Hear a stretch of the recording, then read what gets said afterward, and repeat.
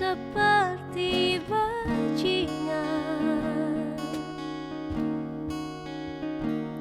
seperti landak yang tak punya teman.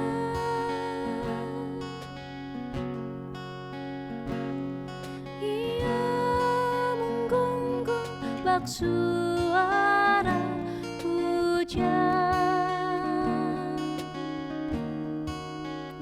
dan kau pangeranku mengambil peran.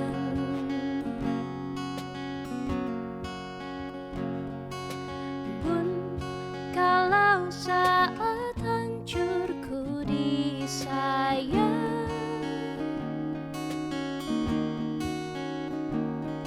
apalagi saat ku jadi juara, saat tak tahu arah kau di sana, menjadi gagah saat ku tak bisa. Sedikit ku jelaskan tentangku dan kamu, agar seisi dunia tahu. Keras kepalaku sama denganmu, caraku marah, caraku tersenyum, seperti detak jantung yang bertahan. Nyawaku nyala karena denganmu, aku masih ada sampai di sini, melihatmu kuat setengah mati, seperti detak jantung yang bertahan. Nyawaku nyala karena denganmu.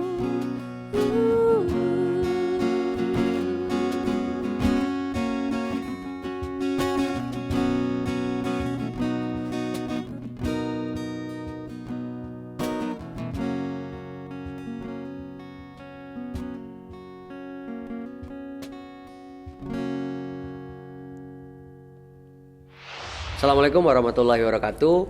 Kembali bersama saya Arci Renaldi Pratama Nugraha dalam program Arci Rich. Oke. Tak lupa selalu diingatkan bahwasanya panggilan kesayangan saya terhadap para penonton atau pemirsa di program Arci Rich ini adalah Millennial Rich. Nah, oke. Pada episode kali ini kita akan berbincang-bincang dengan sosok yang sangat inspiratif untuk memotivasi kita. Waduh, memotivasi. Tapi ini bukan acara motivator ya, tapi ini acara sharing bisnis khususnya yang akan menuju kemana sih arahnya bisnis, komunikasi, dan banyak halnya adanya, yaitu yang muda, kaya, dan sukses. Nah, tentu ini menjadi harapan kita semua sebagai kaula muda yang dalam prosesnya mencari suatu kegiatan-kegiatan yang positif hingga akhirnya kembali kepada jalan yang benar. Kadang kan kita sebagai milenial ke kanan ke kiri gitu kan gak jelas. Nah, sekarang kita memiliki program yang sangat jelas untuk membimbing kita suatu saat nanti menjadi kaya. Nah, amin dulu dong semua, amin ya. Oke. Nah, di sini juga terima kasih untuk Lipkustik Band yang sudah melakukan tampilannya untuk membuka acara kita pada hari ini. Dan di sini juga kita akan mengusung tema dalam diskusi kali ini atau talkshow kali ini, yaitu cara bertahan dalam dunia entrepreneurship. Nah, tadi sebelumnya saya sudah sampaikan bahwasanya saya tidak sendiri dan saya ditemani oleh seorang yang sangat luar biasa, khususnya dari segi apa? Dari segi pengalaman usaha, kerja, dan hari ini beliau menjadi pembisnis dan menjadi tenaga ahli dewan juga lagi di DPRD Jawa Barat gitu kan. Ini sangat luar biasa. Ada sosok yang sangat menarik. Sebelum saya memperkenalkan beliau lebih mendalam, Sosoknya itu adalah dulu kata beliau sebelum hari ini menjadi seorang pembisnis pernah merasakan ketika mungkin di fase kuliah jual apapun. Mau ilegal atau legal gitu kan. Nah itu ilegal itu kayak seperti apa sih? Nah nanti kita akan ulas dengan beliau, narasumber yang sangat luar biasa. Dan selain segala dijual, beliau pernah merasakan ditipu orang. Nah ini nggak tahu karma atau gimana tuh kan ya. Kok bisa sampai ditipu gitu kan. Karena apakah tadi jual yang ilegal ini atau apa. Nah nanti beliau ini adalah sosok kelahiran di kota Bandung. Kota Bandung, kota kembang ini memunculkan sosok yang sangat luar biasa, sosok yang dimana beliau memiliki beberapa perusahaan, khususnya namanya adalah PT Bluepin Indonesia Perkasa. Nah itu adalah bagian perusahaan beliau yang memiliki turunan core usaha bisnisnya dari mulai kecantikan, coworking space. Wah ini sangat luar biasa. Nah ini saya panggil saya ini, tapi nggak usah dipanggil, ini samping saya nih. Nah, beliau ini adalah Kang Fardi Anafi, senior saya di HIPMI Bandung gitu kan.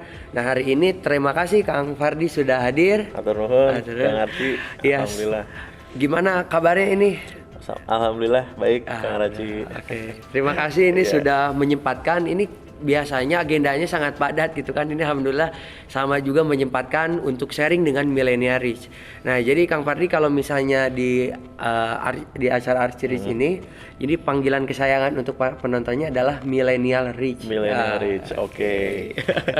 Nah, mungkin itu dulu untuk di segmen ini. Stay tune hanya di Arci Rich. I dedicate this song to you, the one who never see the truth, that I can take away your heart, heartbreaker. Hold you tight, straight to the daylight. I'm right here when you're gonna realize that I'm your cure, heartbreaker.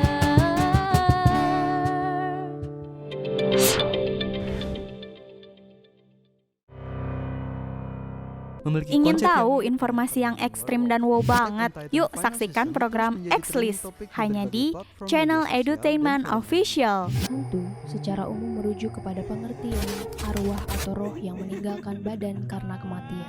Halo, nama saya Kan. Gak gini juga kali. Cuma di sini obrolannya ringan, Jadi kali ini kita kedatangan tamu yang sangat spesial, Bapak Dr. Kan Kasmana, santai, Profesor Dr. Haja Umi Narimawati, DRA SEMSI. Selamat datang Ibu. Terima kasih Dek Renita. serius, Saya pengen riset ada korelasi. ada nyanyinya lagi. Di program Pod Jam, podcast jamming bersama Renita, hanya di channel Edutainment Official.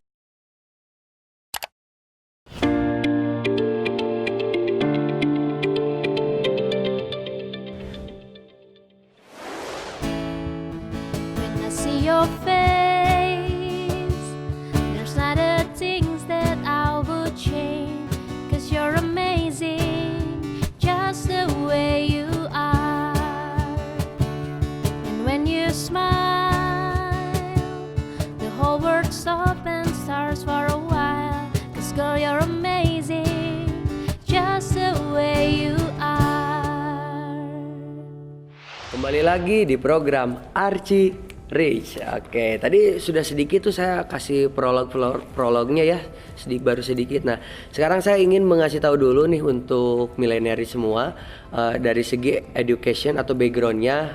Dulu beliau pernah di SMA Negeri 81 Jakarta, lalu beliau juga S1 di Unpar, S2 di Unpad gitu kan, makanya gelarnya itu SEME. Jadi segi nama lengkapnya adalah Fardi Nurdiansyah Anafi. Betul Kang ya? Betul Oke. Kang Arci. Betul. Nah di sini beliau pernah kurs juga di Lemdikpol, lalu pernah juga di managing bank by OT International, project management by Sinergi Daya Mitra, lalu ada commercial and business banking academy di Bank Mandiri. Lalu di sini juga ada retail transaction and credit compilation PT Mandiri juga. Lalu ada business negotiation for advance Ini luar biasa sekali. Bisnis kredit sistem juga di CIMB Niaga, lalu risk management certification gitu kan di Badan Nasional Sertifikasi Profesi atau BNSP. Nah, di sini di segi job juga ini luar biasa. Jobnya apa aja sih gitu kan?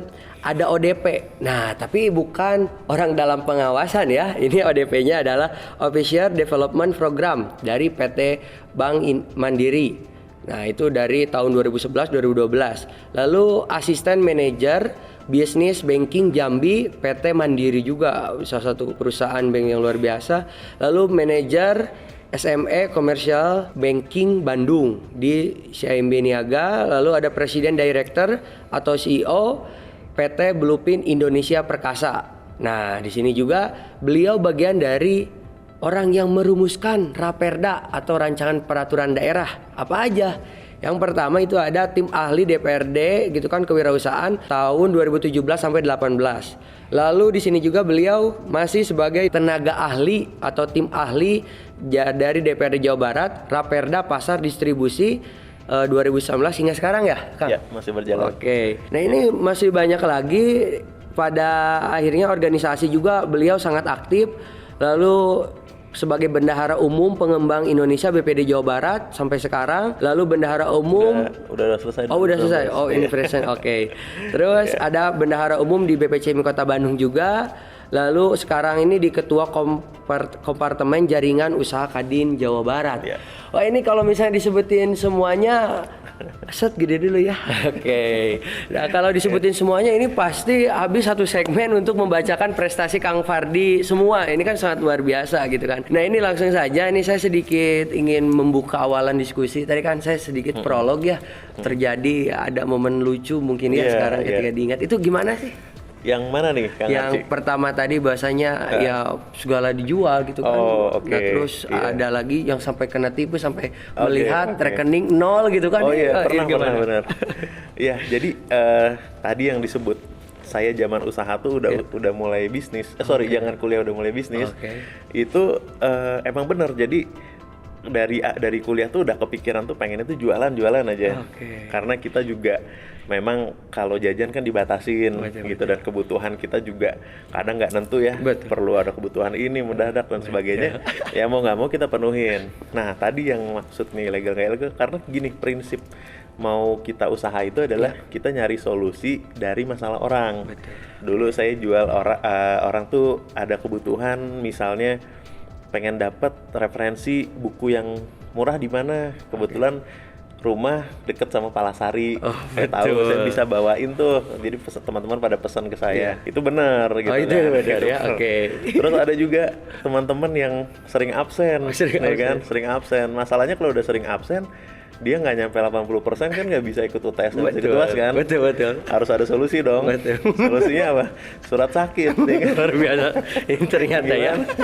Gimana kalau dia nggak punya surat sakit kan dosen nggak mau nerima kan. Alasan apa? Jadi kebetulan saya nyari waktu itu di Kaskus sih zaman dulu mah kan forum jual beli tahun 2006 mah dikit ya. Betul. Tapi Kaskus sudah ada tuh FJB. Saya search, loh kok ada yang jual ya surat sakit ya? Saya coba iseng pesen, murah lagi kan, 50.000 tuh dapat 10. Waduh. Ya kan, udah saya pesen iseng, saya ternyata datang bener, udah dicap segala macam kan. Waduh, ini gimana nih? Menarik juga nih, iseng-iseng tanya ke teman dekat aja. Bro, lo gimana? Wah, katanya nggak bisa ya? Iya. Ya udah, ini gua ada nih. Wah serius lo? Iya. Berapa? Gocap deh, gue gitu. Mau, ternyata dibeli satu lembar 50.000. Untung banget itu ya. Untung 10 kali lipat jadi. Cuman emang itu bukan, jangan disarankan dan itu bukan bisnis ya, maksudnya mungkin case by case lah. Jadi waktu itu mikir kayak anak-anak muda masih mahasiswa, jadi kreativitasnya kadang nggak ngukur gitu, nggak terbatas sih ya benar. Nah itu cerita-cerita lucunya lah waktu zaman itu. Ya. Gitu. Terus tadi soal gimana rekening bisa sampai nol ya. Itu padahal saya kan karir ya. Kurang lebih 5 tahun di industri perbankan. Dari mulai ODP di Mandiri, selesai saya ke CIMB dulu di Bandung, jadi manajer di sini. Saat saya memutuskan untuk pindah kuadran itu karena saya ngerasa overload. Saya lagi kerja sebagai manajer di CIMB, tapi saya juga kuliah S2, terus saya juga ngelola aset yang lagi tidur punya keluarga. Itu kan asetnya kita renovasi, kita segala macam. Cuma karena pengawasannya kurang, karena saya masih ngerjain 2 hal yang lain, jadi banyak banget yang miss dari pengawasan kita. Jadi barangnya nggak dateng, tapi kita udah bayar segala macam. Ya udah akhirnya saya mutusin kayaknya harus nggak bisa 3 nih dikerjain sekaligus. Saya mutuskan untuk resign dan fokus di bisnis. Nah, fokus di bisnis pun nggak mudah karena kalau kita dulu di perusahaan, apalagi di industri perbankan yang udah buku 4 ya, buku 4 tuh yang udah modalnya paling besar itu kan udah modern sistem dan udah tepu-tepu deh, hampir nggak ada lah gitu kan. Betul. Tapi kalau udah jadi pengusaha itu udah rimba. Udah rimba bener. Gelap ya. gelap banget. Jadi kita ketemu orang, wah ngomongnya meyakinkan segala macam, ya kita percaya wah ini kayaknya cocok nih jadi manajer operasional kita nih buat ngelola bisnis. Rekrut. Ya, kita rekrut butuh dana untuk kegiatan operasional kan, taruh dana di situ dengan perhitungan sekian macam yang mateng gitu kan, tapi nggak selang berapa lama hilang orangnya. Waduh, ampun. Uang lenyap. Jadi, nah itu bener. Jadi pas dicek, saya udah resign. Jadi uang tabungan juga udah pada masuk. Tinggal uang BPJS. Jadi waktu itu inget-inget di mana lagi duitnya. Oh iya, BPJS belum dicairin. Coba cairin BPJS. Lumayan, napas lagi dikit. Itu emang gitu. Jadi kita walaupun perhitungannya matang ya, tapi saat kita nggak bisa baca karakter orang ya, kita naruh uang ke orang yang salah ya selesai juga gitu. Itu pernah ketipu momen itu 1 bulan muter-muter kan nyari alternatif bisnis gitu kan. Itu di saat itu rekening bener nol. Udah saya baru resign terus orang tua tuh jadi yang mikirnya tuh kan udah dibilang udah bagus karir gitu kan, jadi bankers gitu. Nah di fase itu saya sempat udah mulai update CV lagi tuh, udah apply lagi, lihat job street lagi kan. Job street, oh iya udah. Job street lagi gitu kan, nyari-nyari. Tapi tekad lah, karena kan sesuai tema kita hari ini nih, bertahan di dunia entrepreneur. Jadi walaupun dalam fase itu saya udah ngerasa kayaknya harus kerja lagi deh, ini udah paling bener kerja. Cuma mikir kayaknya enggak lah, ini mah cobaan pertama barangkali. Kita tahu kok yang ke depan masih ada harapan. Yang penting ini jadi pelajaran. Kita udah mulai bisa tahu bedain orang tuh seperti apa. Dan kalau bisa, kalau untuk bisnis awal jangan pernah dipercayain ke orang lain. Emang bener-bener harus kita yang ngerjain semuanya dulu sampai udah betul-betul kita tahu, kita nguasain dan kita udah sering berinteraksi sama orang tertentu yang kita anggap percaya baru. Jadi nggak bisa di awal langsung kita kasih ke orang tuh nggak bisa. Bener-bener itu minimal setahun tuh kita bener-bener bisnis tuh bener-bener kita yang pegang uangnya, pemasarannya, sistemnya, pencatatan, strategi marketingnya gimana, bener-bener kita dulu deh untuk setahun pertama. Nah kayak gitulah kurang lebih. Nah ini ceritanya. Udah mulai dagingnya keluar nih. Nah, saya bilangnya daging gitu kan ya. Ini udah mulai keluar. Nah tadi kan ketika berbicara terkait prosesnya apa ya disebutnya itu tadi kan pasti sulit ya, ketika memang udah ditipu orang gitu. Betul. Kan ya. Terus mencoba ingin kerja gitu kan, ini cocok banget gitu kan dengan tema sekarang gitu kan.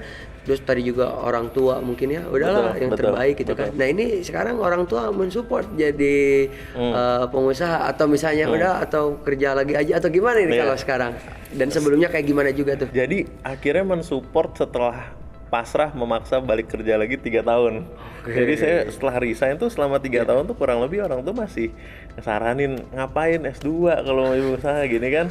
Terus saranin udahlah balik lagi ke profesional. Ada juga sempat panggilan dari industri keuangan juga sama gitu kan. Makanya coba itu interview datang. Nah, ya karena emang dalam 3 tahun kita belum bisa membuktikan sesuatu yang real kan kepada keluarga, kepada orang tua gitu.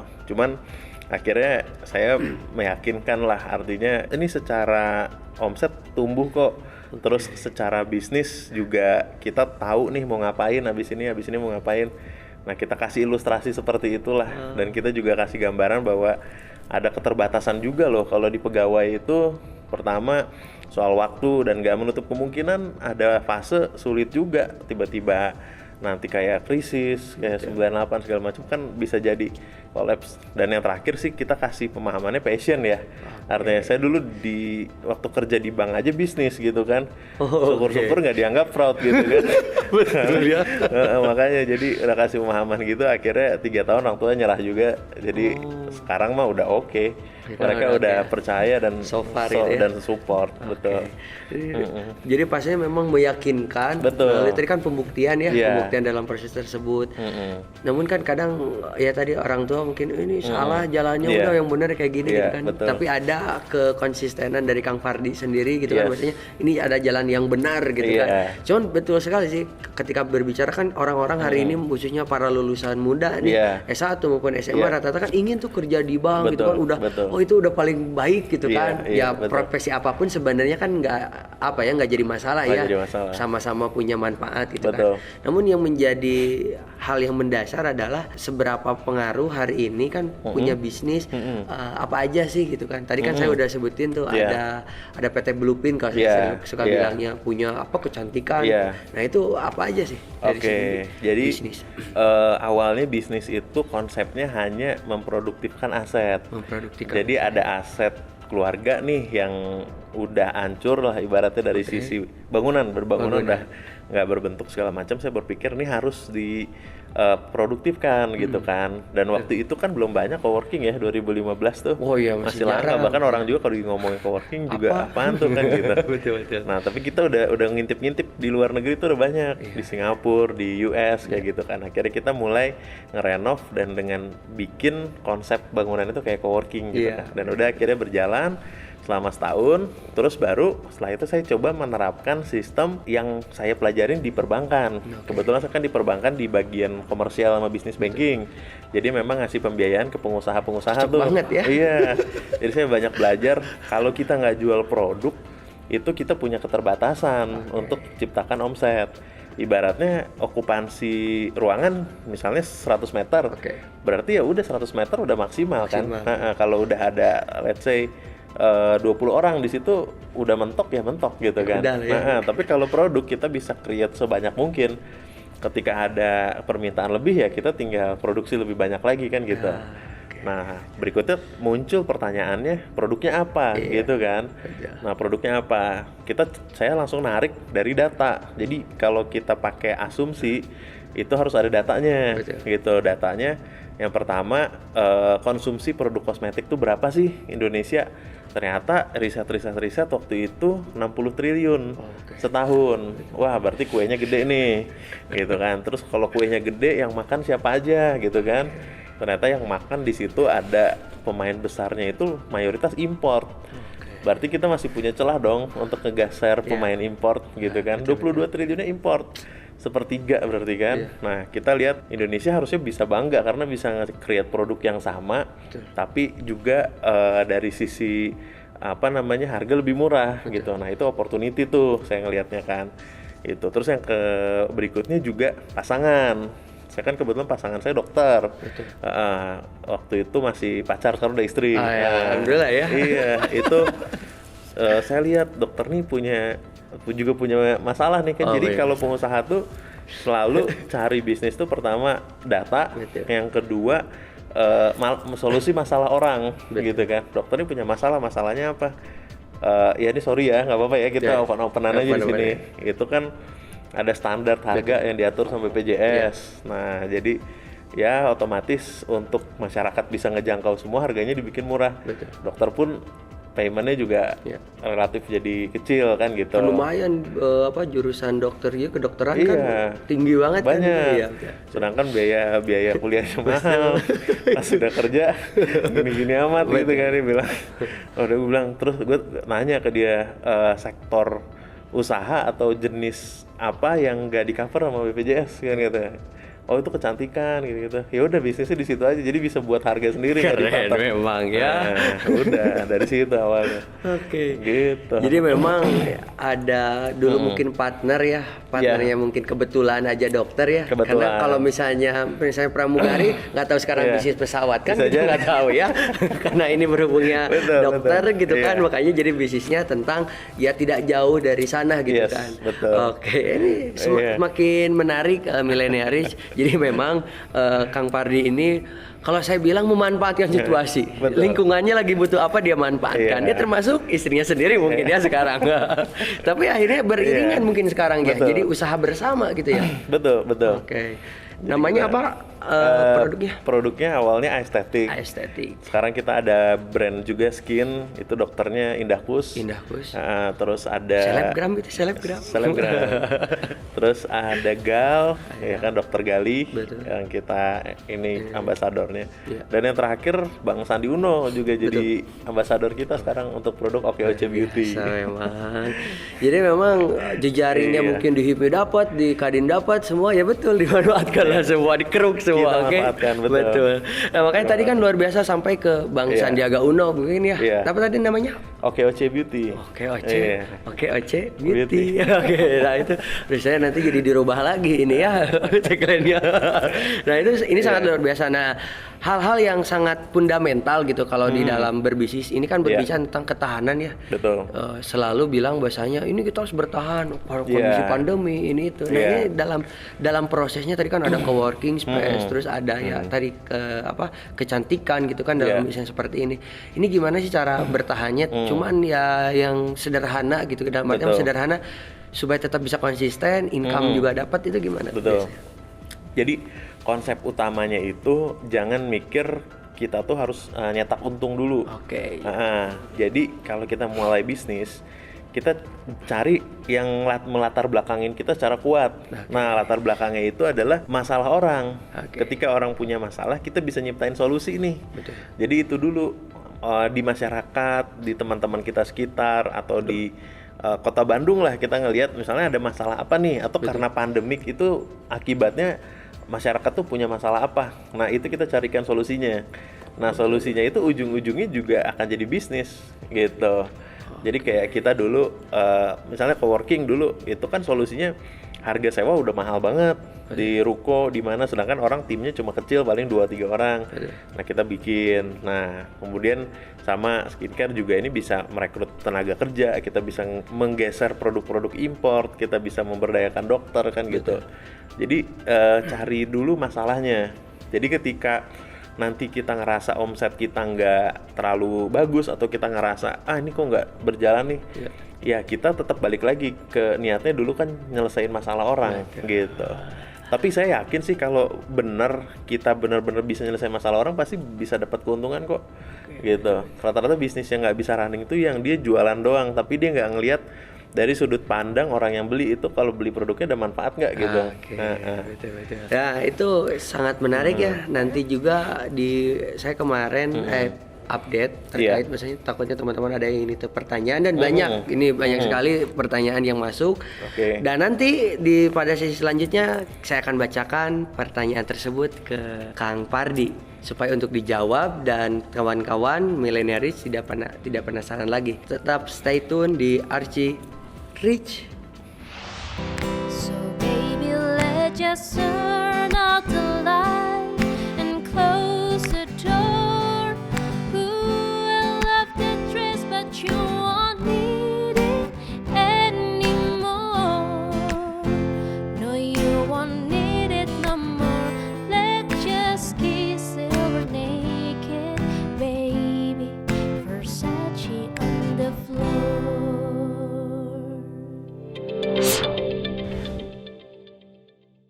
Hai Edu Team, kembali lagi dengan Zero di Edu College. Edu Team bingung mau kuliah ngambil jurusan apa? Yuk cari tahu minat jurusan Edu Team di program Edu College, hanya di channel Edutainment Official. Kesalahan karena kita sudah di level non siswa biasa. Hai Edu Team. Jadi hari ini kita ada di program yang namanya Millennial Oh, discuss. Selain rich. Jadi bukan buaya ya, bukan hewan, tapi sifat Edu Team buaya. sebagai ya. kaum milenial dan Luar biasa. senang diskusi, gitu kayak langsung gitu mas. Jadi, yuk gabung berdiskusi dengan Renita dan Archie di program Millennial Discuss Millennial Discuss. kita jangan lupa ini editing. hanya di channel Edutainment Official.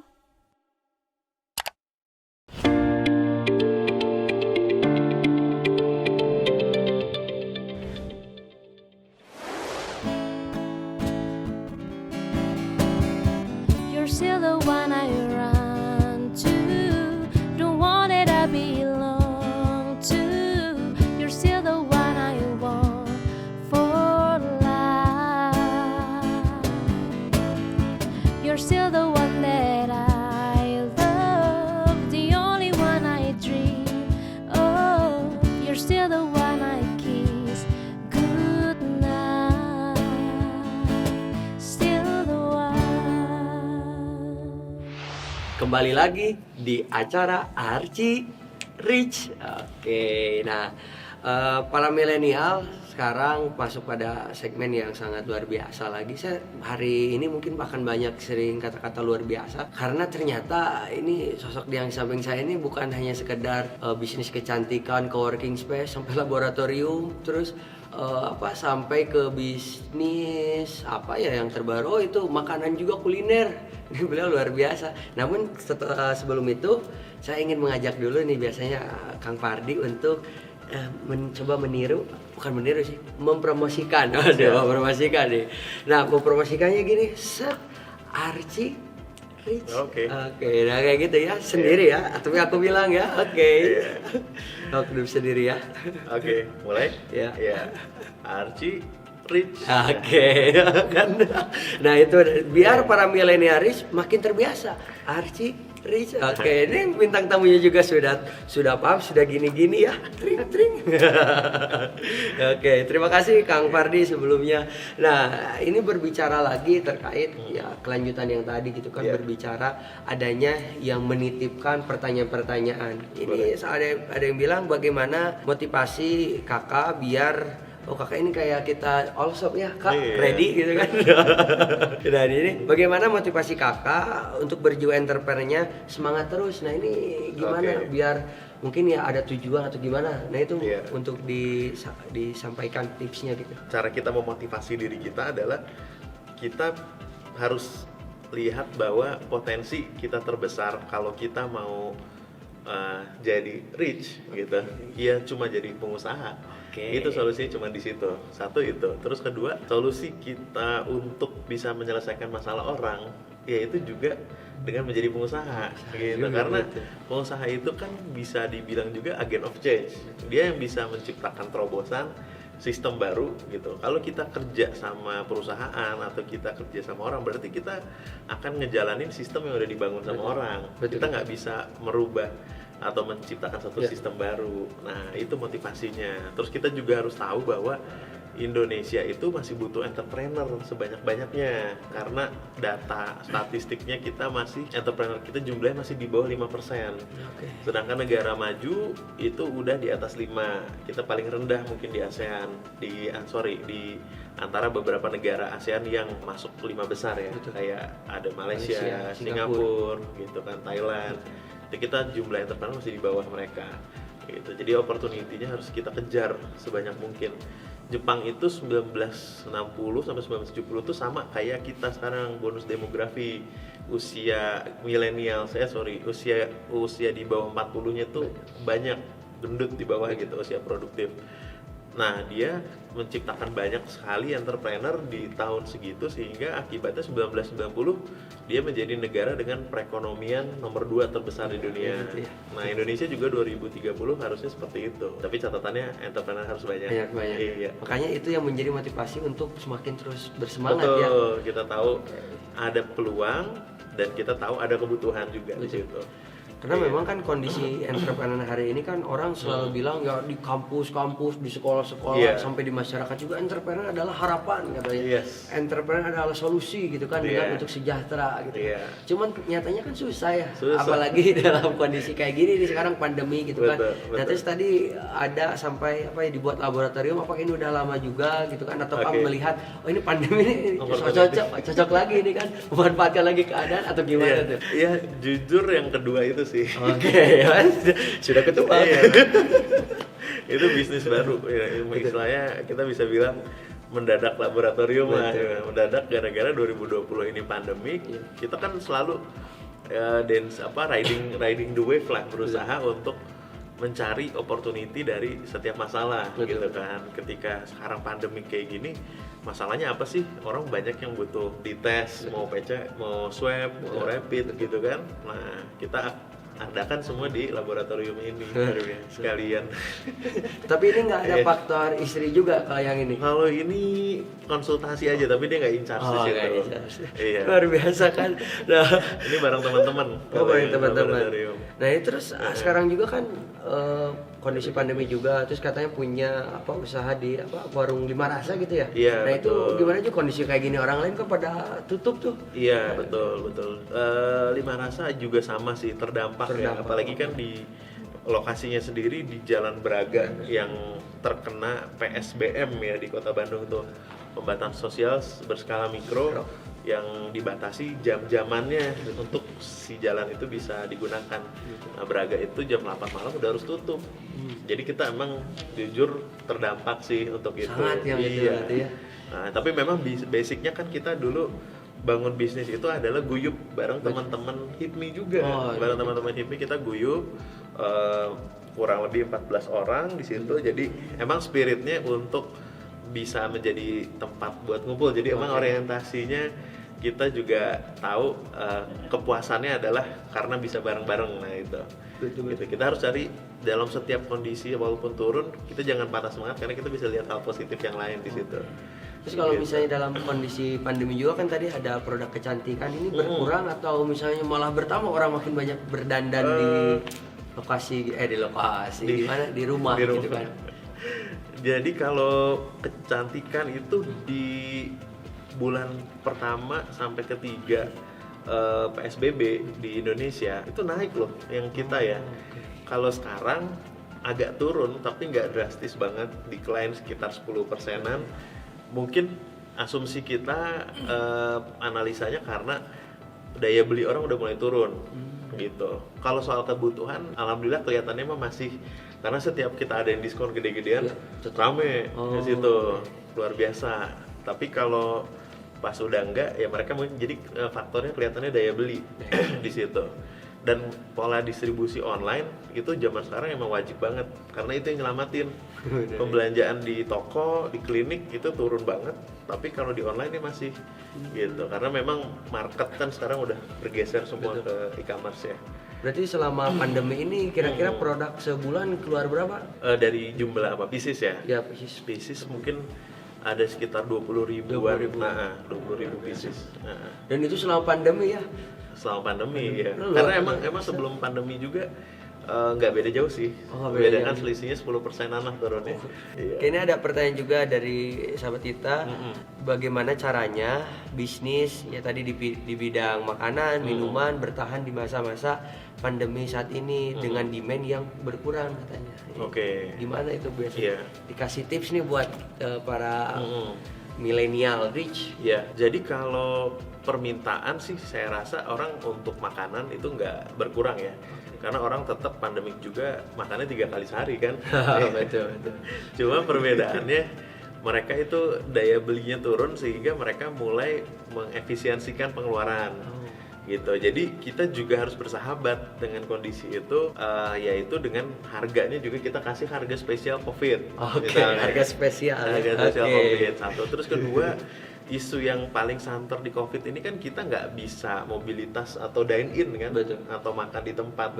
Ya kita solusikan sebanyak mungkin bisa kerjasama sama e-commerce, sama perusahaan ekspedisi. Ada sekarang kan udah banyak tuh GoFood segala macam, itu harus gitu. Dan untuk bisa laku di platform seperti itu berarti reviewnya harus banyak dan fotonya harus menarik gitu. Jadi harus cari solusi yang masih jalan di zaman sekarang kayak gitu.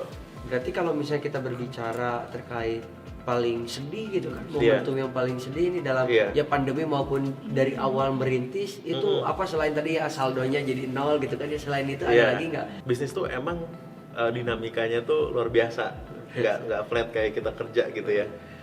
Jadi sedih itu jadi ternyata ketipu itu bukan cuma di awal gitu, di tengah ada, mungkin ada aja terus gitu. Tidak ada akhir ya. Tidak ada akhir, tapi ya namanya itu mental kita udah terlatih dan kita udah tahu cara mitigasi resikonya dengan lebih matang. Kita udah bisa lebih bertahan lah menghadapi kondisi-kondisi seperti itu. Ya rata-rata sih yang bikin sedih itu bisnis tuh seperti itu ya. Saat kita bisnis benar, ada orang yang nggak komit lah ini segala macam. Nah itu kan ngerusak stabilitas kita juga ya, mau keuangan, mau stabilitas emosional juga, mental kan gitu. Nah itu aja sih. Tapi harus berdamai sih dengan itu kalau udah jadi pengusaha. Mau nggak mau itu mau nggak mau itu udah ya udah beriringan lah, keniscayaan itu. Betul. Nah begitu Millionaire Rich memang kondisinya kalau kata Kang Fardi itu ya harus berdamai dengan walaupun dengan yang menipu juga gitu kan ya, walaupun kesal gitu kan. Nah cuman nih yang yang menakutkan tadi kan udah ya ada macam menakutkan, sedih lah gitu kan kok kita mau benar malah ketemu yang nggak benar gitu kan. Katanya kalau orang baik kita pertemukan dengan orang baik gitu kan, ternyata ada proses mungkin ya sebelum ketemu dengan yang baik ada proses dulu gitu kan. Nah ini kalau misalnya sampai ke tahap senang gitu kan dalam proses usaha gitu kan, tadi kan berbagai dinamika, intrik gitu kan, dan bertahan tetap survive gitu kan, dan akhirnya merasakan momen khusus yaitu kesenangan. Ini biasanya senangnya gimana gitu? Kesenangannya itu kesenangan. Jadi gini, sukses berbisnis itu bukan sukses cuma melihat keuntungan kita bertambah, tapi kita bisa ngelihat orang-orang yang ada di sekitar kita ikut terbantu. Taruhlah ada tim kita, pegawai kita yang dia say thank you berkali-kali karena mungkin dapat bonus yang cukup baik gitu kan. Nah itu juga salah satu kebahagiaan. Kemudian kita juga bikin sistem distributor, reseller, terus dia dapat reward dan sama dia juga ngapresiasi. Nah bentuk aura kebahagiaan mereka itu kerefleksi ke kita tuh, jadi kebahagiaan kita juga. Belum juga keluarga kita gitu kan, kita bisa memberikan solusi konkret lah menjadi pengusaha. Kalau pengusaha kan kita tahu nih strategi, orang punya masalah kita bisa ngasih solusi konkret. Nah itu yang ngebuat kita juga happy jadi pengusaha kayak gitu. Jadi memang prosesnya ya kebahagiaannya sederhana, melihat orang lain bahagia dibantu oleh kita gitu kan. Luar biasa. Itu memang apa yang dirasakan oleh setiap pengusaha. Ya pada hakikatnya akan sama, merasa karyawan diberikan yang terbaik ya, tadi kan ada rewarding tersendiri gitu kan. Tadi udah punya core-nya banyak juga, otomatis banyak juga karyawannya. Nah gitu. Kalau untuk kecantikan punya pabrik sendiri ini? Iya, kita produksi juga distribusi juga. Tapi kalau produksi kita masih menjadi shareholder minoritas di pabrik gitu. Nah, jadi dan sebagian produk kita juga masih makron sama pabrik orang gitu. Memang kita betul ada rencana untuk itu. Cuma kita berhitung kapasitas dengan 20.000 itu untuk pabrik masih belum masuk sebenarnya. Pabrik itu minimal di angka 100 sampai 200.000 yang ideal gitu ya. Kita masih menuju ke sana. Tapi saat ini udah ambil share minoritas di salah satu pabrik sih. Gitu. Berarti kalau orang kan selalu bilang bahasanya owner mah nanti dulu, yang penting mau usaha dulu naik, jangan main diambil aja uang dari perusahaan kan biasanya kayak gitu. Nah itu kalau dari Kang Fadi sendiri menilainya dalam kondisi atas sekarang kan harus bertahan nih, terusnya pandemi gitu kan, yang awalnya mungkin dapat proyek berapa gitu kan, sekarang ada yang nggak sama sekali, tapi ada yang dapat tapi tidak bersyukur gitu kan. Nah ini kayak gimana gitu kan, melihat tadi kondisi perusahaan yang sampai dikuras habis gitu kan, kita glamor, hedon, perusahaan nggak berkembang gitu. Iya, ada sih yang kayak gitu. tapi ya itu mah dia mau nutup perusahaannya kali. Oke, mau nutup perusahaannya ya. Karena emang nggak mungkin modal perusahaan diambil untuk kebutuhan sendiri ya, pasti selesai. Atau keuntungannya lebih besar untuk dia dibanding untuk pengembang usaha. Iya, ada yang memang hampir bahkan mungkin seluruh keuntungannya dipakai untuk itu. Ada juga, tapi godaannya apa sih? Godaannya itu udah pasti apa ya? Itu karakter sih. Jadi ada yang memang, karena kalau godaan semua standar ya. Pasti godaan itu dari temen, dari lingkungan, pergaulan, atau kalau cowok mungkin ke cewek gitu. Itu udah basic sih gitu. Cuma kan balik lagi kan semua godaan itu di setiap orang pasti ada gitu kan. Nah sekarang milih aja si karakter pengusahanya itu. Oke. Kayak di sini untuk segmen ini mungkin ini sangat luar biasa ya. Ini saya udah berapa kali ngomong luar biasa, lebih dari 5 kali. Karena memang apa yang disampaikan dari Kang Fardi ini memang yang dirasakan oleh teman-teman pengusaha dan milenialis sangat beruntung lah ketika berbicara terkait ya informasi-informasi atau ilmu-ilmu yang di-sharing tadi. Nah, untuk itu jangan lupa nanti akan ada yang tampil, ada yang lewat. Ya, tetap stay tune di Archie Rich.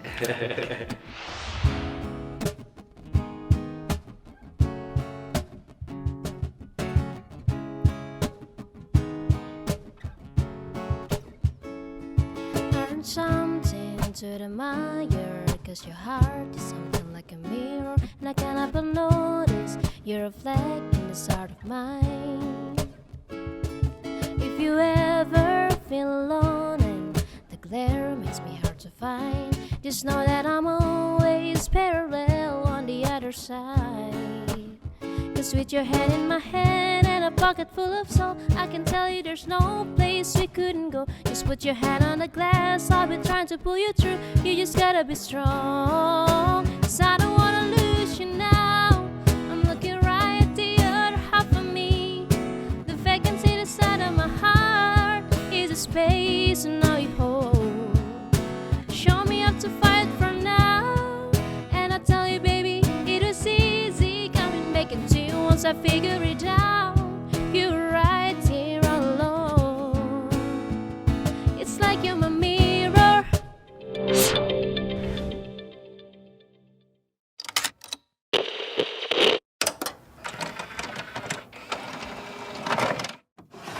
Semua informasi mengenai sejarah, mulai dari nasional hingga internasional, bisa EduTeam saksikan di program Edu History, hanya di channel Edutainment Official.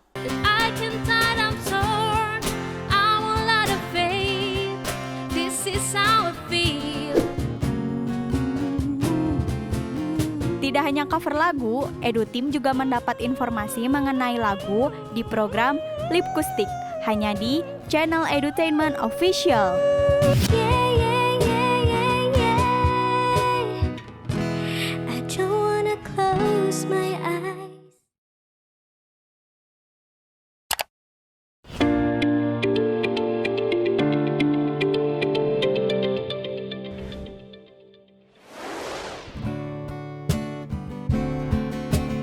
I'm the one who wants to be with you.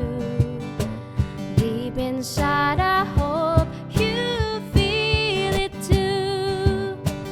Waiting on a line of greens and blue, just to be the next to be with you. Kembali lagi di program Archie Rich. Oke para pemirsa, waduh kayak dangdut aja ya, kayak pemirsa. Ini adalah Millennial Rich. Oke, pada kesempatan kali ini gitu kan, tadi sudah melihat kompak, set. Nanti dibuat TikTok aja itu gini ya. Karena kesempatan kali ini juga kita akan makin membahas, memperdalam apa yang makna dari bertahan gitu kan. Sering kata-kata bertahan nanti juga sukses, bertahan nanti juga akan menemukan jalan, cuman kan tidak semudah itu. Apalagi kalau urusan perut gitu kan, urusan perut, urusan uang gitu kan, ini kan ya bagian dari kehidupan lah gitu kan, walaupun uang bukan segalanya, tapi segalanya butuh uang gitu kan. Nah ini dari Kang Fardi sendiri melihat problematika gitu kan, melihat bertahan, dia dulu juga dalam kondisinya tidak pandemi bertahan itu susah. Betul. Apalagi sekarang ketika pandemi tidak bisa bertahan, selalu ngomongin bertahan. Susah bertahan. Oke. Gimana itu Kang Wardi? Setuju. Jadi memang kita harus milih-milih bertahannya, Bro. Jadi bertahannya ini kita nggak sukses nih karena apa nih? Nah, kita harus bisa buat tertulis tuh checklistnya. Apa aja tuh? Apa aja yang bikin kita, misalnya tadi ada case ketipu, bener bisnisnya jalan tapi uangnya ketipu. Berarti jangan salahin bisnisnya dan jangan kabur dari bisnisnya. Cari solusi lain untuk nutupin uang yang keambil itu, misalnya. Karena misalnya atau nggak ada yang sakit. Accident, kita musibah mau nggak mau gitu kan, tapi sebenarnya bisnis ini jalan, omsetnya ada, profitnya ada, kan berarti solusinya tinggal cari sumber pemodalan lagi untuk nutup, ya udah nutup sehat lagi kan, gitu. Jadi itu bisa bertahan di situ. Tapi kalau bertahannya ternyata karena memang produk yang kita jual tuh udah nggak ada peminatnya, itu mati konyol sih. Emang mau nggak mau ada satu kita nggak mensarankan untuk bertahan membabi buta bertahan kalau memang posisinya permintaan udah nggak ada. Contohnya sekarang dunia udah digital, kamera udah pakai digital semua. Terus ada yang jual kamera filman gitu. Biasa. Dia bertahan, oh enggak, saya pokoknya tetap ya nggak bakal laku, makin lama makin nggak laku gitu. Ketinggalan makin. Iya, jadi bertahan juga ngelihat-lihat. Emang karena masalahnya itu di perusahaan, masalahnya produk kita nggak laku. Produk kita nggak laku juga kita bisa cek dulu produk kitanya jelek atau produk kita bagus tapi kurang pemasarannya gitu. Kalau produk kita jelek bisa dibagusin dulu, produk kita kurang pemasaran bisa dibagusin. Tapi yang paling parah tuh kalau produk kita emang udah nggak ada peminat sih. Jadi kita nggak bisa bertahan di situ. Harus cari yang baru ya. Iya, khususnya untuk industri atau misalnya barang-barang yang emang udah nggak dibutuhin. Atau kuliner, kita maksain kuliner untuk jenis makanan tertentu, tapi emang nggak ada yang suka jenis makanan itu gitu. Ya udah nggak bisa dipaksain. Taruhlah makanan makanan Amerika Latin gitu, siapa yang tahu? Atau ada sih nachos ya enak ya, tapi misalnya kita nggak tahu, ada beberapa makanan yang mungkin nggak cocok banget sama lidah dan orang tergantung Indonesia. segmen mungkin ya. Iya, kan susah juga kalau dipaksain. Harus ganti. Iya. Satu hal yang dipaksakan tidak baik. Betul. Oke. Nah terus ketika berbicara terkait tadi kan ya bertahannya juga harus ada ukuran lah ya. Ada ukuran. Harusnya berhenti malah tetap ngegas gitu kan. Betul. Nah namun kenyataannya gitu kan berbicara lagi tadi tentang indikator kayak gini tadi biasanya kalau orang bilang ketika perut tidak terisi otak pun jadi kacau gitu kan. Betul. Kan solusinya makan dulu kan gitu ya. Betul. Nah cuman yang menjadi permasalahannya adalah kenapa gitu kan orang itu udah tahu salah tapi selalu udah tahu tadi kesalahannya itu misalnya tidak misalnya uangnya kadang ada yang tidak terpisahkan gini kan. Misalnya uang perusahaan pribadi gitu kan. Nah itu kan udah tahu salah tapi tetap dilakuin dengan alasan ya sibuk, belum bisa ngurus, belum bisa buka rekening yang lain. Nah ini dari Kang Fardi sendiri melihat problematika yang yaitu terjadi di lingkungan kita sendiri gitu kan. Nah itu bagaimana gitu kan. Baiknya. Soal uang yang tercampur betul itu kan memang itu solusi akuntansi ya. Solusi, jadi kita juga tahu bahwa kita bisnis itu harus punya pendapatan yang bisa kita pakai buat hidup gitu kan. Nah makanya bisnis yang sehat itu kalau kita kerja di bisnis itu berarti kita digaji. Nah, kita tentuin sebulan tuh kita untuk biaya hidup yang wajar gitu ya berapa, taruhlah misalnya 5 juta. Berarti kita menggaji sendiri. Nah gaji itu masuk sebagai pengeluaran operasional. Sisanya baru keuntungan. Kadang-kadang orang nggak menggaji dirinya, dia lihat untungnya berapa, itu yang dia konsumsi gitu. Itu rata-rata banyak terjadi di usaha-usaha startup atau mikro gitu. Mereka nggak, pokoknya saya kerja untung berapa tuh saya ambil, padahal harusnya dia keluarin tuh gaji dia. Jadi untungnya itu memang disimpan gitu. Kalau nggak disimpan nanti dia nggak punya buffering dana untuk kondisi-kondisi di mana saat dia short cash, kekurangan dana gitu kan. Terus kalau misalnya berbicara tadi kan ketika ya memang benar gitu kan. Jadi Kang Fardi sendiri di perusahaannya ini digaji juga ya. Berarti Kang Fardi nentuin diri sendiri mau digaji berapa kan gitu ya. Benar. Oke ya. Jadi tidak saya punya gaji, saya punya bonus. Betul. Oh iya betul ya. Bonusnya tidak tahu. Beda lagi rewardnya ya. Ketika berbicara terkait penyakit dalam hati gitu kan, melihat wah orang lain udah sukses nih misalnya, walaupun sedang pandemi. Oh, kok sukses sih? Ya mungkin kayak orang melihat Kang Fardi latar belakang juga background nggak ada tuh tentang perlebaran fisika atau gimana misalnya kayak gitu ya. Tapi kok tiba-tiba buka lab gitu kan, ini gimana gitu kan. Nah, ini kan kadang ada yang suka iri hati gitu kan. Terus melihat kesuksesan kita gitu kan ketika membuka. Nah, kalau ini posisinya nih sebagai yang melihat orang lain yang udah maju misalnya tadi saya misalnya melihat Kang Fardi tiba-tiba udah buat ini, saya iri. Nah, ini biasanya tipikal gimana pengusaha yang iri ke yang lain tapi termotivasi tapi tidak ingin lebih baik gitu. Oke. Jadi sarannya untuk yang disirikin atau yang lagi disirikin. sirik atau yang sirik? Dua-duanya nanti. Karena keterkaitan kan, karena kan nanti kadang julid kan, ada yang julid gitu. Kalau yang disirikin sih sebenarnya nggak ada saran sih, go ahead aja, abaikan gitu. Nah, itu dia aja jangan didengar, go ahead aja. Bagus, jadi ya anggap aja itu angin lalu, itu masuk kuping kiri, keluar kuping kanan, gitu kan. Betul. Gitu. Kepake ternyata ya masuk kuping kiri, kanan masuk, itu kepake ternyata di ilmu ini ya. Jadi kalau misalnya untuk yang tadi, yang sebalikannya, yang jealous, yang sirik itu, saran saya sih, yang pasti sikap itu tidak akan merubah kondisi apapun pada bisnis kalian gitu. Iya, jadi ubahlah energi itu jadi energi positif. Energi positifnya gimana? Misalnya cari tahu gimana tuh orang bisa bikin kayak gitu. Jadi ajakin dia jadi mentor, ajak ketemu atau bikin memaksa diri untuk mengagumi dia secara positif. Gitu. Jangan malah membenci malah itu, karena itu bener-bener nggak akan ngerubah dia sama sekali gitu. Itu sih. Jadi intinya dengan kita jealous gitu ya, cemburu melihat orang lain kesuksesan dan kita tidak melakukan apapun, ya tidak akan merubah apapun Bisa jadi malah memperparah kondisi bisnisnya. Jadi yang awalnya bisnis dia harusnya tetap scale up gitu kan, dengan ngomongin yang lain, dia nggak scale up tapi fokus di sini terus gitu kan ya. Oke. Nah, ini apakah sering terjadi nih di para pengusaha gitu kan, yang biasanya kan dari menjadi apa-apa, setelah jadi apa-apa ya tadi di middle mungkin merasa ya tinggi enggak, bawah enggak, jadi merasa sudah wah ini saya gitu kan. Nah, itu gimana dari Kang Padi? Untuk kita bisa rendah hati, kita harus ngelihat yang lebih tinggi, ya kan. Tapi untuk kita bisa bersyukur, kita bisa melihat yang lebih bawah, gitu. Jadi kalau kita lagi di posisi middle, terus kita ngerasa arogan, gitu, ya itu akan menjadi potensi masalah dia untuk bisnis, untuk tumbuh bisa lebih besar, gitu. Dan orang yang seperti itu juga akan ada kecenderungan untuk tidak bisa diakomodir sama orang yang lebih besar lagi dari dia, gitu. Karena mereka akan berpikir, nah, ngapain baru segitu aja udah sombong gitu. Sombong amat ya, betul. Sombong amat. Betul.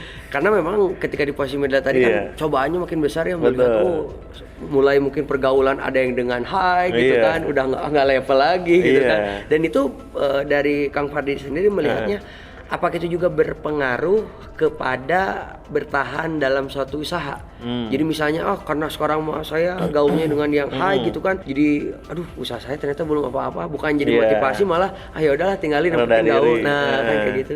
Iya, jadi masalah itu selalu arahkan ke energi positif. Energi positif itu yaitu rendah diri, bukan energi positif. Karena orang-orang yang besar-besar juga, mereka tuh juga rata-rata nggak mandang secara status sosial atau usahanya gimana, kok mereka juga ngapresiasi gitu.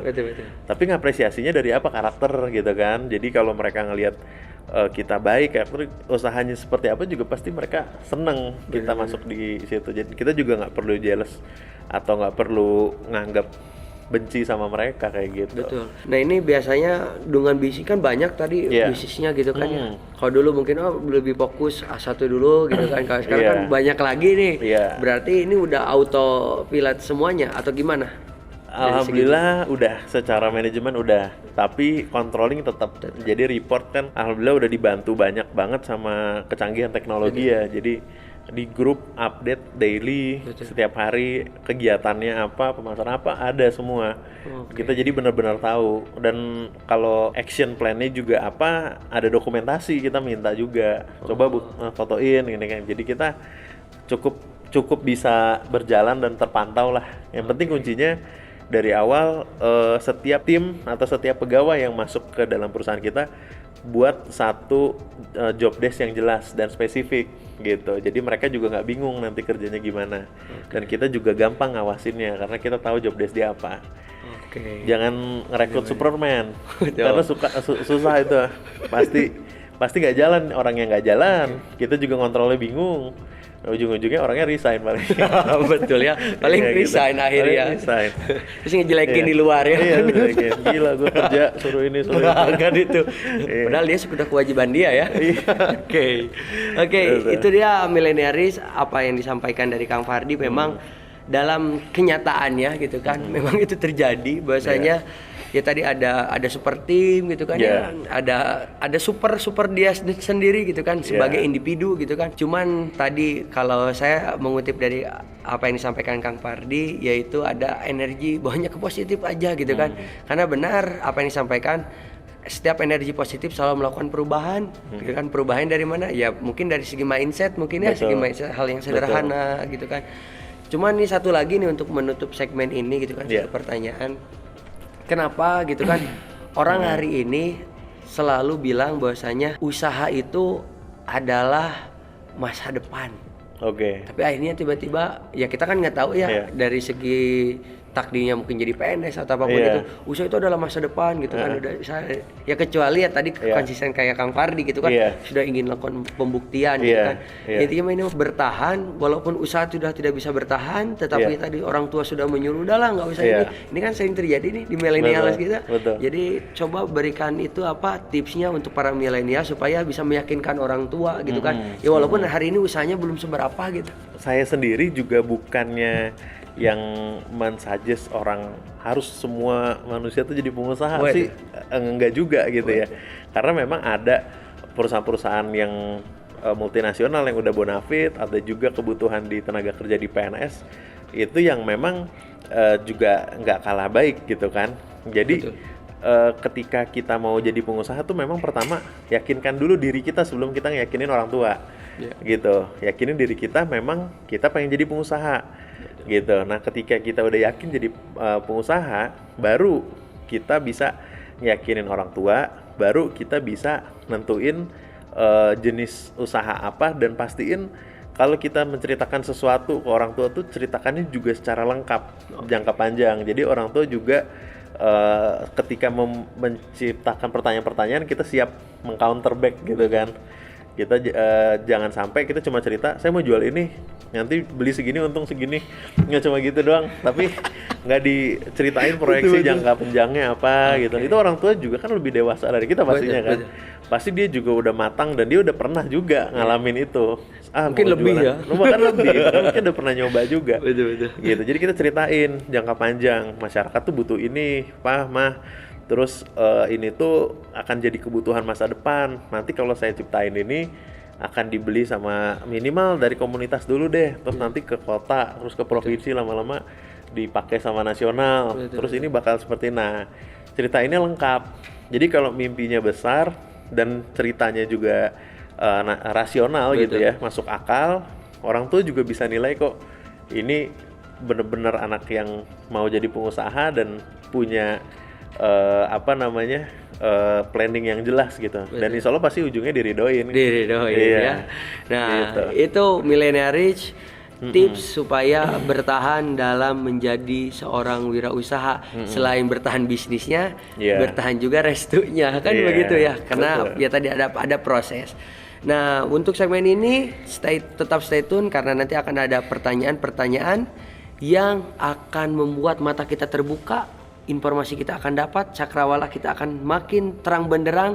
Dari mana? Dari informasi yang akan di-sharing dari Kang Fardi. Tetap stay tune di RC Rich. Keras kepalaku sama denganmu, caraku merah, caraku tersenyum. seperti detak jantung yang bertaut.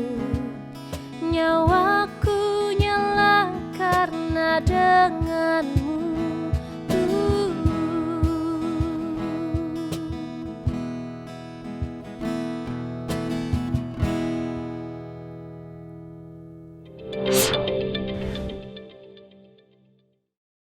Sekarang kita akan bicara tentang ciri dan sifat dimiliki oleh seorang entrepreneur.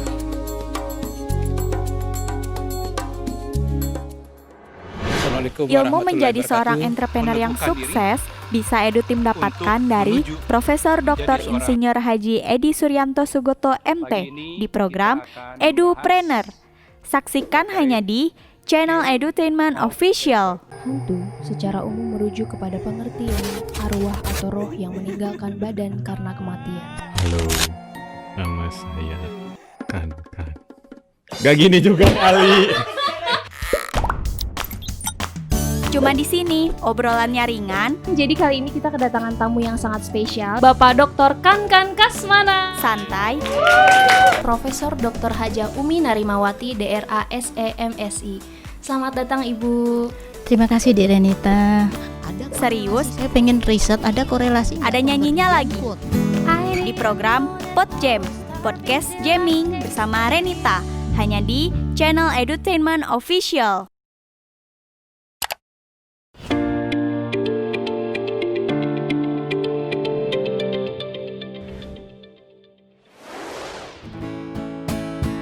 In my dreams, you're with me.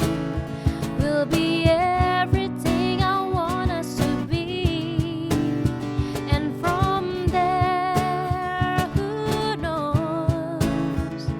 Maybe this will be the night that we kiss for the first time. Or is that just me and my imagination? Kembali lagi di acara Archie Rich. Oke. Rich. Nanti tolong ya editor, biasa diedit lagi. Oke, milenial Rich semua, hari ini adalah hari yang bahagia. Karena kenapa? Karena tadi ilmu-ilmu yang diberikan oleh Kang Fahri ini luar biasa lagi gitu kan. Sudah berapa kali tuh? Coba kalau misalnya teman-teman ingat gitu kan, ini bagian dari challenge juga untuk milenialis. Saya dari tadi bilangnya ada berapa itu ya? Coba di kolom komentar diisi aja ya. Nah di sini produk-produknya dari Kang Fardi ini di depan semua. Ini bagian dari, nah ini Oce yang itu ya? Ya, Nah ini Oce yang bersama Pak Sandiaga Uno gitu kan. Para milenialis semua memang dalam usaha akan selalu merasakan pasang surut gitu kan. Mudah untuk diucapkan, namun dalam prakteknya susah gitu. Betul Kang Fahri ya. Nah, ini juga melihat apakah ada korelasinya nih bertahan dalam wirausaha dengan organisasi. Kalau dilihat tadi dari CV-nya Kang Fahri gitu kan, ikut ada PI, terus ada HIPMI juga, ada Kadin gitu kan. Terus kan untuk akses sampai ke Bang Sandiaga Uno juga kan tidak semudah itu gitu kan. Ada proses-prosesnya lain gitu kan. Nah, ini bagaimana, ada korelasinya nggak? Jadi maksud tuh biar pengusaha muda gitu ya udah sambil organisasi, atau nggak usah lah, nggak penting organisasi atau gimana. Terus yakin penting sih. Gimana itu? Iya, betul udah, itu penting. Itu dia. Jadi, penting. Jadi percaya aja lah sama hadis Rasulullah gitu ya. Kalau silaturahmi itu memperpanjang usia dan memperluas rezeki. Udah betul. Kalau konkretnya apa dari hasil silaturahmi dengan organisasi, tadi Kang Arsi juga udah sebutin semua tuh. Sama Pak Sandi, kita juga kenalnya dari organisasi, dari teman kita di HIPMI Bandung, ya kan, sekum kita, kemudian menjembatani ke Pak Sandi. Artinya dari organisasi. Kita bikin kafe juga itu hasil guyup teman-teman dari HIPMI juga. Kemudian bikin laboratorium juga nggak lepas itu dari kerjasama bareng teman-teman di HIPMI juga sama. Kita juga ilmu tuh terbatas, ya kan, pengalaman kita terbatas. Tapi saat kita berinteraksi dalam satu organisasi, kita ketemu dengan berbagai macam orang. Orang itu akan menceritakan pengalamannya, kita menceritakan apapun yang artinya pengalaman orang itu yang udah puluhan tahun hidup. Itu kita bisa serap dalam waktu 1-2 jam diskusi gitu kan. Kemudian dia juga bisa langsung secara konkret mengenalkan ke orang yang bisnisnya mungkin bisa berkorelasi sama kita. Jadi makin terbuka luas ya dari organisasi itu, dari silaturahmi itu. Tapi kita kan sering lihat juga ya banyak orang yang berorganisasi yang organisasinya pengusaha atau apapun itu, katanya kan tadi kalau dari Kang Fardi bilang bahasanya ya sangat bermanfaat gitu kan bagi pengembangan bisnis, intinya kan seperti itu. Namun ada juga orang yang terkesan sibuk banget di organisasi tapi usahanya entah kemana ini teh. Nah itu gimana tuh kalau supaya tidak seperti itu ya? Konglomerat organisasi. Konglomerat organisasi, betul, konglomerat organisasi. Iya, jadi memang mindset ya. Jadi ada yang memang berorganisasi itu bukan nyari pengalaman, bukan nyari ilmu dari orang, bukan nyari opportunity bisnis, tapi pengen ngejar eksistensi. Jadi gue yang penting ada nama belakang nih gitu kan, misalnya si A Hipmi atau nggak si A Kadin gitu kan. Yang penting cuma ngejar itu aja, atau prestis dia untuk mengejar jabatan tertentu di organisasi. Gitu. Nggak ada salahnya sih kalau dia punya goals lain yang lebih gede, tapi kalau dia hanya goalsnya sebatas mengejar itu, posisi dia di jabatannya itu sendiri, itu potensinya tidak menghasilkan apa-apa. Kecenderungannya begitu gitu. Kecuali dia memang punya goals lain. Jadi goals dari organisasi itu bisa biasanya dua, bisa sukses berbisnis, bisa juga sukses berpolitik. Dan dua-duanya hebat sebenarnya. Tergantung dia mau pilih yang mana. Yang ngeri itu memang tidak sukses berbisnis dan tidak sukses berpolitik. Jadi akhirnya outputnya nggak jadi apa-apa. Malahan berantakan bisnis yang dia udah bangun. Klaim-klaim mungkin, saya kenal itu, saya kenal ini kan. Iya, itu pun kalau nggak bisa mengkapitalisasi juga percuma loh ujung-ujungnya. Dia kenalan, udah jalan. Kita hilang, itu bisa, itu sering gitu terjadi. Nah ini kan ya tadi dinamika di organisasi kadang kan ya berbeda-beda ya. Sampai orang ya tercipta tadi ada yang gagal di dua-duanya gitu kan, tidak jadi apa-apa tapi terkesan sibuk ya rapat terus gitu kan. Memang betul loh milenialis semua bahasanya ada yang seperti itu di dalam berorganisasi. Namun saya juga melihat sosok Kang Fardi ini, kok kan ini kan S2 ya, kan kadang pembisnis lain selalu bilang pendidikan itu tidak mempengaruhi omset katanya ya. Saya kan nggak tahu nih, takutnya ada korelasinya dengan Kang Fardi gitu kan. Katanya tidak ada korelasinya atau bagaimana gitu kan. Nah katanya tidak ada pendidikan tidak berpengaruh katanya. Yang penting mah usaha dan niat. Ilmu bisa dicari dengan ngobrol dan gimana. Nah itu pandangan Kang Fardi gimana tuh melihat hal tersebut? Pengetahuan itu penting. Jadi akademis itu nggak bisa ditinggalkan. Jadi kita juga nggak bisa serta-merta cuman berdasarkan pengalaman. Gitu. Itu bisa dilakukan, tapi kalau dengan akademis kita bisa motong waktu lah ibaratnya. Gitu. Jadi kalau orang itu untuk bisa dapat pengalaman itu mungkin 10 tahun, karena kita ada background di akademis, mungkin bisa dipotong itu jadi cuma 3 tahun.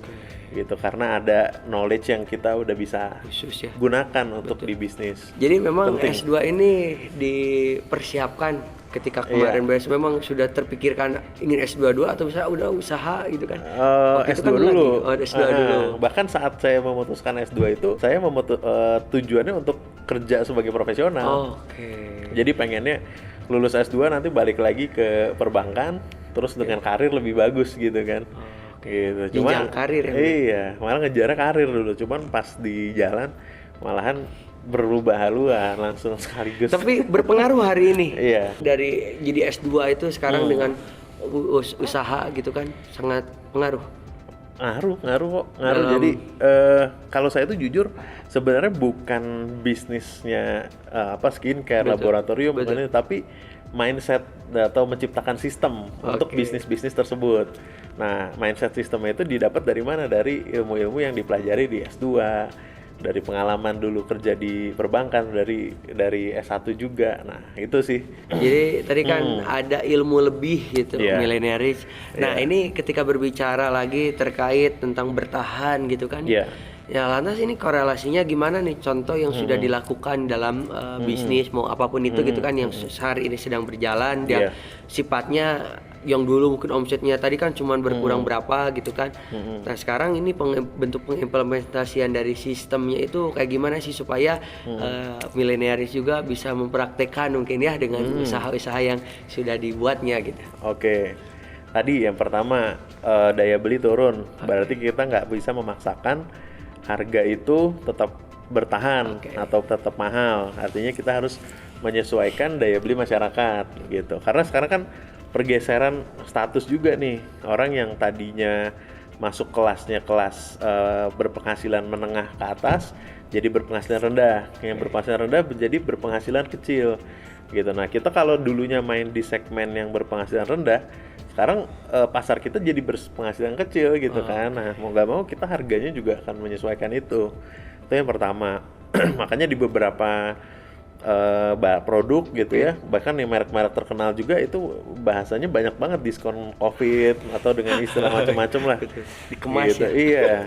Terus kedua, kita juga udah mulai harus mikirin apa yang dibutuhkan setelah pandemik ini gitu. Jadi kita coba arahkan produk kita, baik itu dari sisi kemasan, baik itu dari sisi konten atau dari sisi klaim, yang mana klaim ini bisa menjawab solusi untuk selesai pandemik ini gitu. Kayak misalnya kita create produk sih sama nih produknya, tapi kita bisa klaim produk kita ini bisa menciptakan lapangan kerja. Betul. Caranya gimana? Caranya nanti baru kita jelasin. Kayak gitu. Karena kenapa masa depan itu orang bakal banyak yang butuh lapangan kerja kan gitu. Betul. Atau kerja sampingan, job freelance gitu, ya, freelance.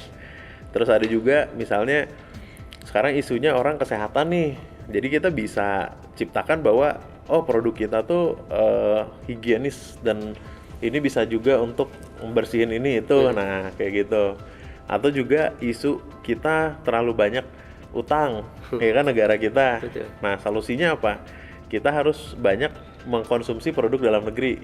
Nah, kita bisa masukin campaign-campaign itu. Produknya nggak berubah, tapi campaign-nya berubah. Campaign-nya berubah, betul.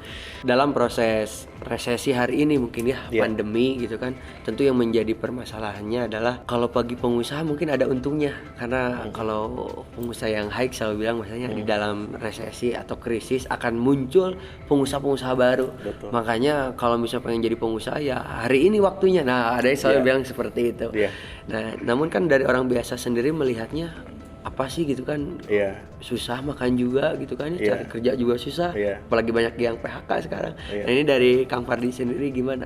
Oke, jadi kalau saya tuh pernah punya pemikiran ya, jadi kayak rumus uang itu tuh seperti hukum kekekalan energi. Tahu nggak hukum kekekalan energi kan bunyinya tuh energi tidak dapat hilang, melainkan dapat berubah dari bentuk energi yang satu ke bentuk energi yang lain. Sama kayak uang juga begitu. Kalau kita bilang sekarang kita lagi nggak punya duit, tadinya di dompet kita ada 100.000, terus sekarang kita nggak punya duit nih. Pertanyaannya, apakah duit itu tiba-tiba hilang menguap dari dompet kita, ataukah duit itu pindah ke tukang bakso atau pindah ke KFC atau kemana gitu kan? Jadi sebenarnya kan uang itu nggak hilang.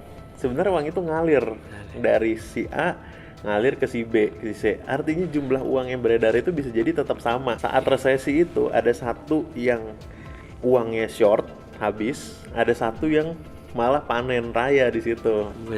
Nah, kita PR-nya sebagai pengusaha adalah mikirkan sektor apa atau di posisi apa kita bisa dapat keuntungan yang maksimal saat pandemi, gitu, atau saat resesi. Itu. Jadi resesi itu kan artinya pertumbuhan ekonominya turun. Betul. Selama secara teorinya ya. Betul. Gitu kan. Dampaknya apa? Biasanya daya belinya turun, apa segala macam. Tapi kan uangnya tetap ada. Makanya di bank itu uang banyak banget. Karena nggak pada diserap. Karena nggak pada banyak yang minjem. Nggak banyak yang pengen mulai usaha. Karena tahu kalau usaha juga nanti resikonya turun gitu kan. Resikonya besar gitu. Betul. Nah, jadi artinya tadi balik lagi ketika banyak yang bilang, wah ini kalau resesi kok malah bilang banyak pengusaha. Iya betul, banyak banget pengusaha yang lahir jadi pengusaha nasional dan kekayaannya berlipat-lipat karena resesi gitu. Nah, kita sebagai pengusaha, tapi jujur itu jauh lebih sedikit dibandingkan yang saat resesi itu kandas. Nah, jadi kita tetap harus punya pikiran positif, kita harus tetap punya spirit bahwa kita akan jadi pengusaha yang di saat kondisi krisis kita malah untung gitu. Nah, caranya apa? Caranya yang pertama berdoa, itu harus. Terus yang kedua, karena ada hoki-hokian juga, nggak bisa dipungkirin, jadi harus berdoa juga. Terus yang kedua, kita bisa mulai nganalisa kalau krisisnya model begini nih, kira-kira yang bakal cuan nih, bakal untung siapa nih, kayak gitu kan. Bukan elit global ya? Iya. Atau pasti itu? Pasti itu. Oh, udah pasti ya. Elit global. Oke, bumi datar, bumi bulat. Tapi di kita yang main kecil-kecilnya aja. Kalau kita belum bisa mengakomodir langsung usahanya di bidang itu, minimal kita bisa beli sahamnya, saham perusahaannya. Kan saham sekarang murah juga. Beli saham buat buka rekeningnya cuma 10 juta dan itu bisa langsung dipakai buat trading kan. Gitu. Jadi artinya opportunity kita bisa lihat. Kayak saya contoh waktu pas pandemik udah kepikir nih pasti yang winning industrinya sektor farmasi. Namanya orang banyak yang sakit, pasti banyak yang beli obat kan gitu. Ya udah waktu pas bulan Maret saya beli saham BUMN farmasi. Ada Indofarma, ada Kimia Farma di situ. Bulan Maret beli, bulan Juni saya jual, untungnya 180%. Ngeri sekali ya, 180%. 2 bulan. 90% sebulan. Gila kan? Jadi hampir 3 kali lipat berarti. Ini salah satunya mungkin ya, ini yang muncul nanti. Itu happen gitu di dalam kondisi kapan lagi ada kondisi kayak gitu kalau nggak lagi ada krisis gitu kan. Jadi gimana kita nyari opportunity saat kondisi krisis itu berjalan, itu pasti ada opportunity. Harus fokus aja, berdoa tetap, fokus, sering-sering baca buku, jangan bengong ya. jangan bersemedi. Bersemedi bener. Nggak akan dapat apa-apa. Baca terus. Kira-kira cek juga krisis di negara mana, tahun berapa, baca terus lihat juga sektor industri. Bacanya juga jurnal-jurnal ilmiah tuh.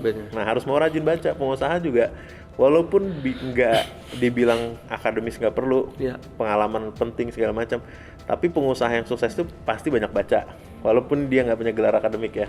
Jadi ya begitu kerasa tadi juga sudah jelaskan dan sudah dibuktikan. Kenapa dibuktikan? Ya tadi sudah jelaskan. Beliau bilang beli saham pada Maret ya. Maret dan dijual lagi 2 bulan setelahnya. Itu berapa? 190%.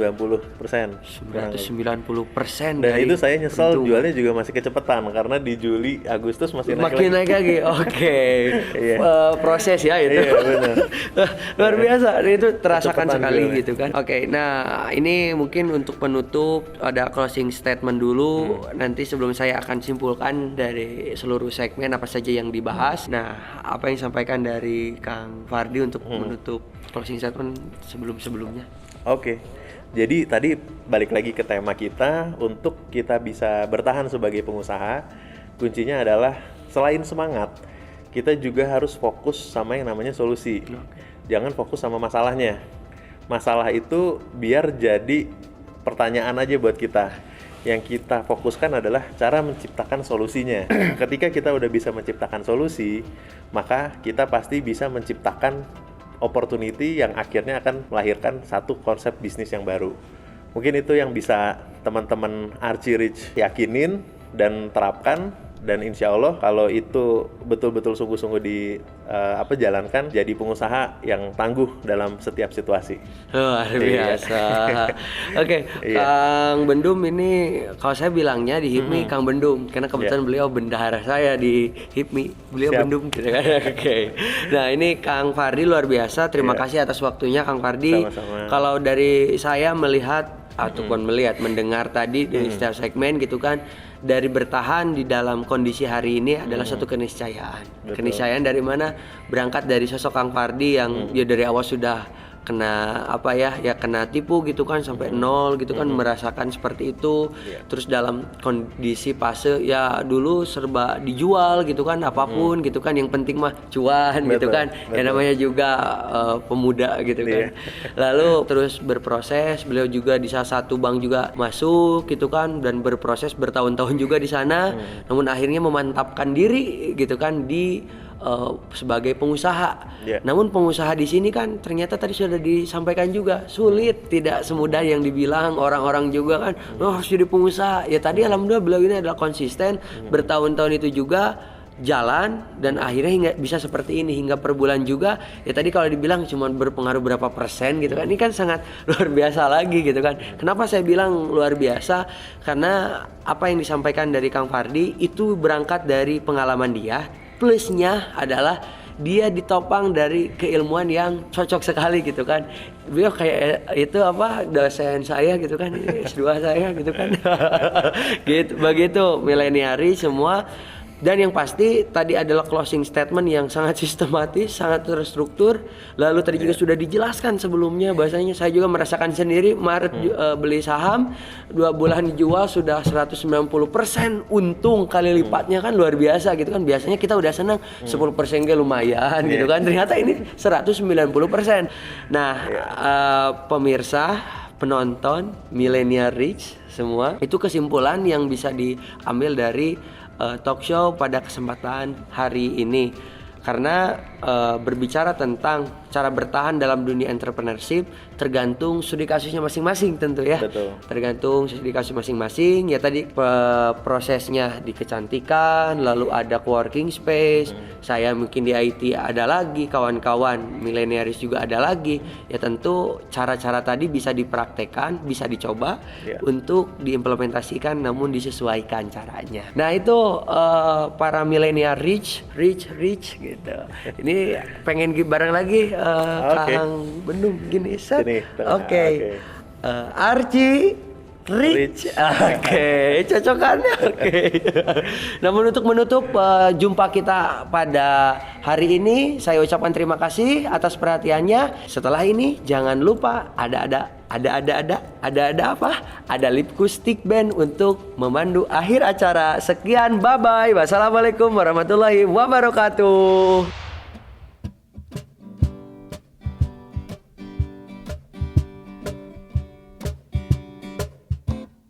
You're just too good to be true. Can't take my eyes off you. You'd be like heaven to touch. I wanna hold you so much. At long last love has arrived. Thank God I'm alive. You're just too good to be true. Can't take my eyes off you. Pardon the way that I stare. There's nothing else to compare. The sight of you leaves me weak. There are no words left to speak. But if you feel like I feel, please let me know that it's real. You're just too good to be true. Can't take my eyes off you. I love you, baby, and if it's quite alright, I love you, baby. To warm the lonely nights, I love you, baby. Trust in me when I say I need you, baby. To warm the loneliness, I love you, baby. Now that I found you safe,